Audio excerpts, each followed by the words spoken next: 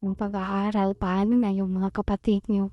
Kaya kahit nanonood ako ng Tony Talks, yung mami ni ni Bobet, ito na siya, pinapalabas na siya.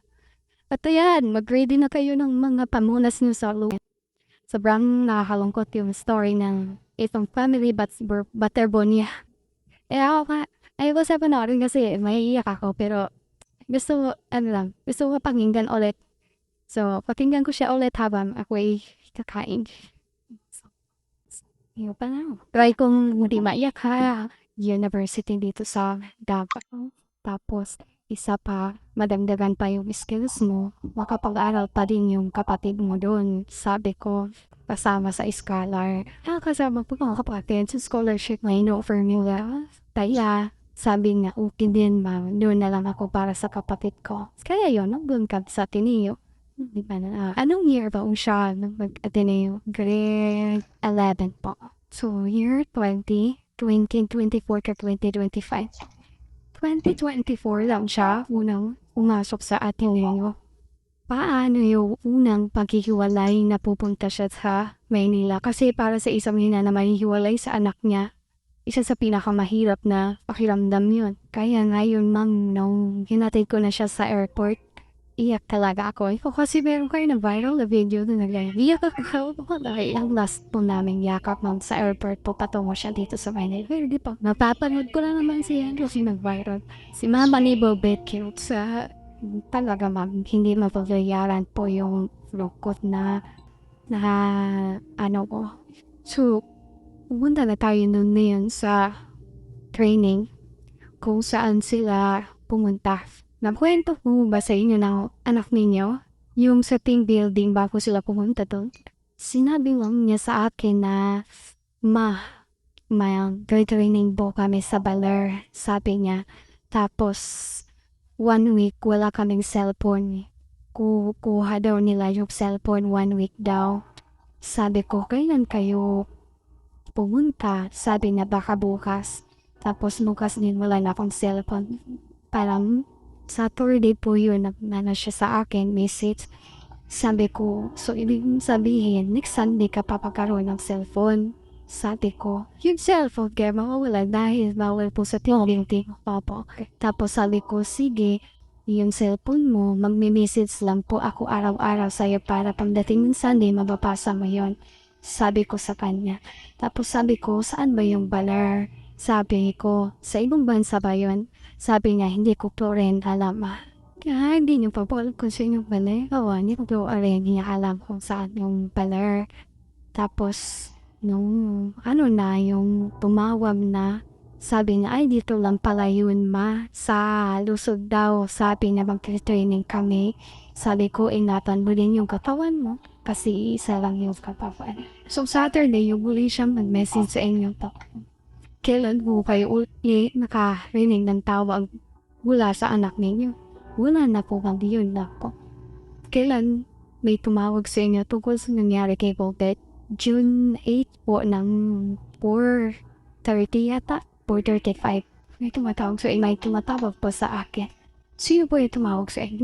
Hindi ko po siya kilala dun sa Facebook ko po, sa Messenger. Sabi lang niya, hello po ma'am. Mother po ba ito ni Rene? Sabi ko, opo, bakit po? Ma'am, sorry kasi na-aksidente po yung anak mo. Yan. Sino po yung tumawag sa inyo? Hindi nagpakilala. Hindi ko po, talaga. Tapos, sabi na sa akin na ganito po ma'am, nalunod po siya sa dagat. Tapos sabi ko, sino po ito? Sino po yung tumawag po sa akin? Kasi yung account is, hindi ko na po siya ma-trace po yung account.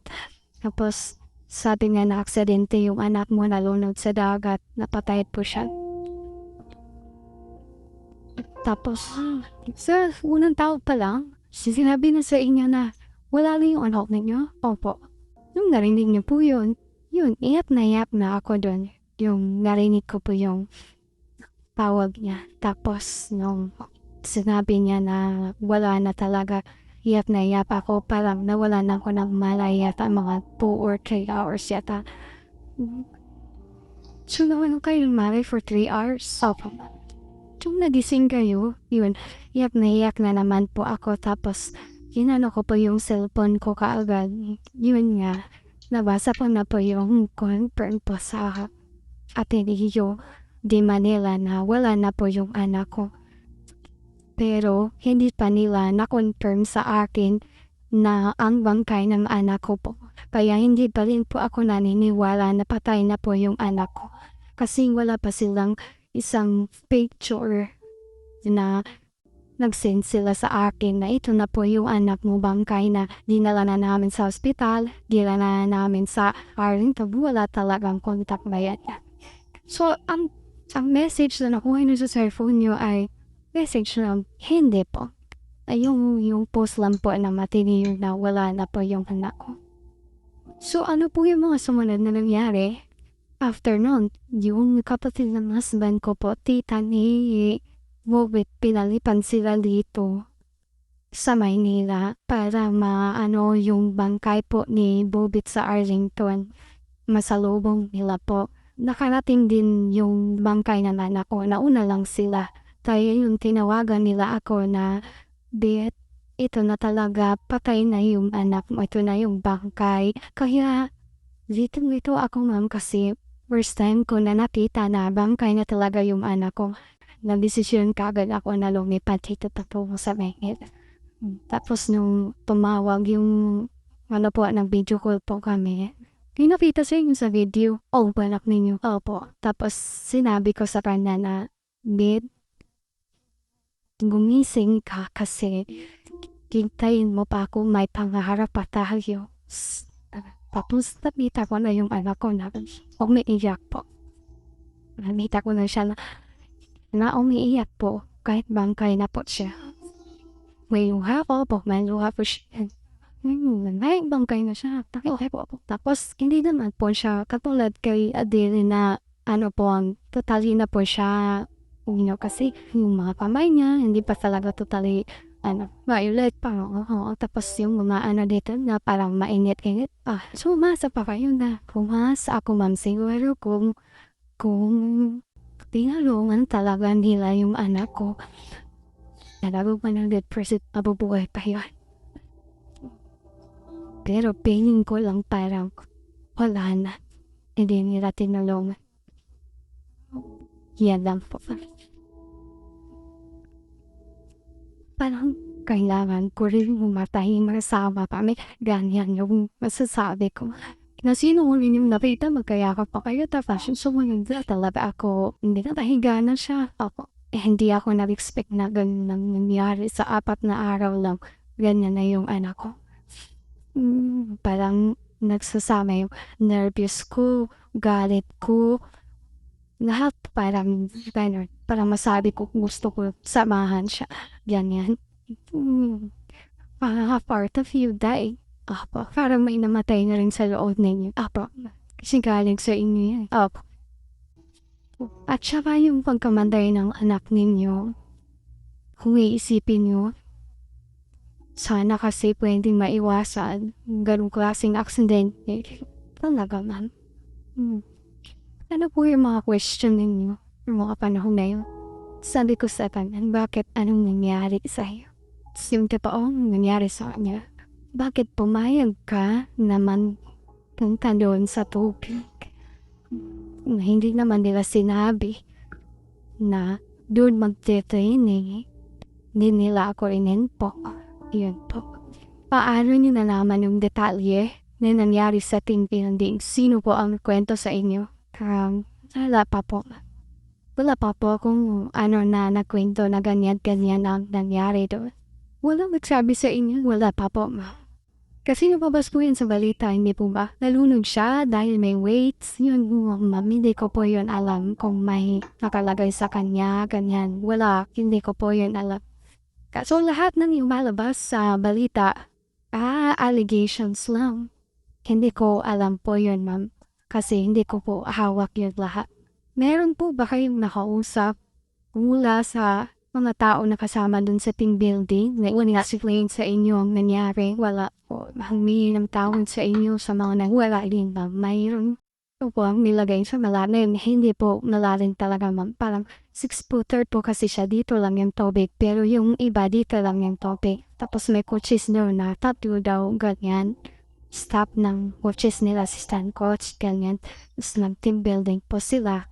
Yun nga, may mga araw daw na yung gumaganon. Tapos, yun, masaya pa daw yung mga bata na gano'n. Tapos yung pangalawa, yun na daw, naghiwalay na daw sila. Tapos, yun daw, hindi na po daw nila nakita si Bobet. Pero, mayroon naman din pong ibang kasabahan nila, teammates nila, or hindi ko po alam kasi hindi ko rin sila kilala lahat. Ngayon ko lang sila nakilala kasi nasa social media na po yung mga mukha nila. Tapos, sabi nila na nakita pa daw niya si Bobet na gumaganon, help, help, yan. Tapos siya na hindi marunong maglangoy, naiahon. Yung anak ko na marunong maglangoy, hindi naiahon. Tapos, nagsabi pa ng help. Ang gamit nila, ba't walang help? Kung narinig pa nila yung help ng anak ko. Sino po yung nakausap ninyo? Ay, yun po ma'am, hindi ko na lang po muna at sasabihin po. Sino daw po yung nakarinig na humingi ng tulong ng anak niyo? Yun nga ma'am, ayaw ko na po yun tinisabi sa may mga detalye po sa mga nangyari doon sa aksidente na hindi natin pakayang kidetalye at pag-usapan sa ngayon dahil at this moment ay patuloy po yung paghahanap niyo ng justice po. Ang importante, wala nang mangyayari ulit. Wala nang ibang mahihirap na maging ganon katulad sa akin. Wala nang ibang ina na ang hirap pala mawalan ng anak. Aabutin pa natin na mayroon pa bang mangyari sa iba? Samantala nandito na tayo mayroon ng ebidensya na napatay yung dalawang player. Ayun po. Paano po yung reaction ng mga kapatid? Nalaman nila wala na si kuya nila. Siyempre, lahat kami may trauma pa hanggang ngayon. Bakit sa dami-dami daw ng player, bakit kapatid ba daw nila yung nawala? Ang babae pa naman, walang kaaway, may respeto sa kapwa, bakit kapatid pa nila yung nawala? Ang question po namin is, humingi po ba ng tawad ang Ateneo? Ang eskwelahan mo sa inyo? Siguro ma'am sa ngayon, humingi na sila ng tawad kasi alam na nila na lalaban ako. Pero nung time na yun, hinintay ko talaga sila na pumunta sa akin, mag-explain na ganyan ang nangyari, aksidente talaga. Tapos, hinintay ko yung paghingi nila ng tawad sa kung ano man ang nangyari sa anak ko. Tapos na sana yun ma'am, kasi tao lang naman ako. Pero, sa feeling ko parang wala silang respeto sa amin na mahihirap. Kasi ma'am, pag may respeto ka sa kapwa-tao mo ma'am, kahalos pa yung anak ko doon sa Aurora.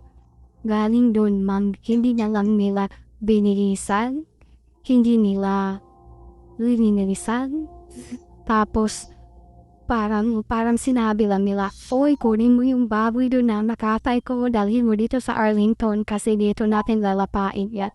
Tapos dinala nila yung anak ko doon sa Arlington. Walang kasama, walang apelido, walang teammates na kasama. Nabing kahit ng kunboy lamang, wala talaga. So isa yan sa mga question niyo, Papa. Nasagot na po yun. Hindi pa po. Masakit na nga yung nangyari. Ang dami pang question na naiwan. Bakit ang nangyari ng ganon? Ganun. Sinong may kasalanan? Sinong sisisihin? Sino ang responsibilidad sa nangyari sa anak ko? Sino ang dapat? Ang daming tanong. Kaya minsan may part na rin ng galit. May galit man pero pinaiiral ko na po yun sa Panginoon.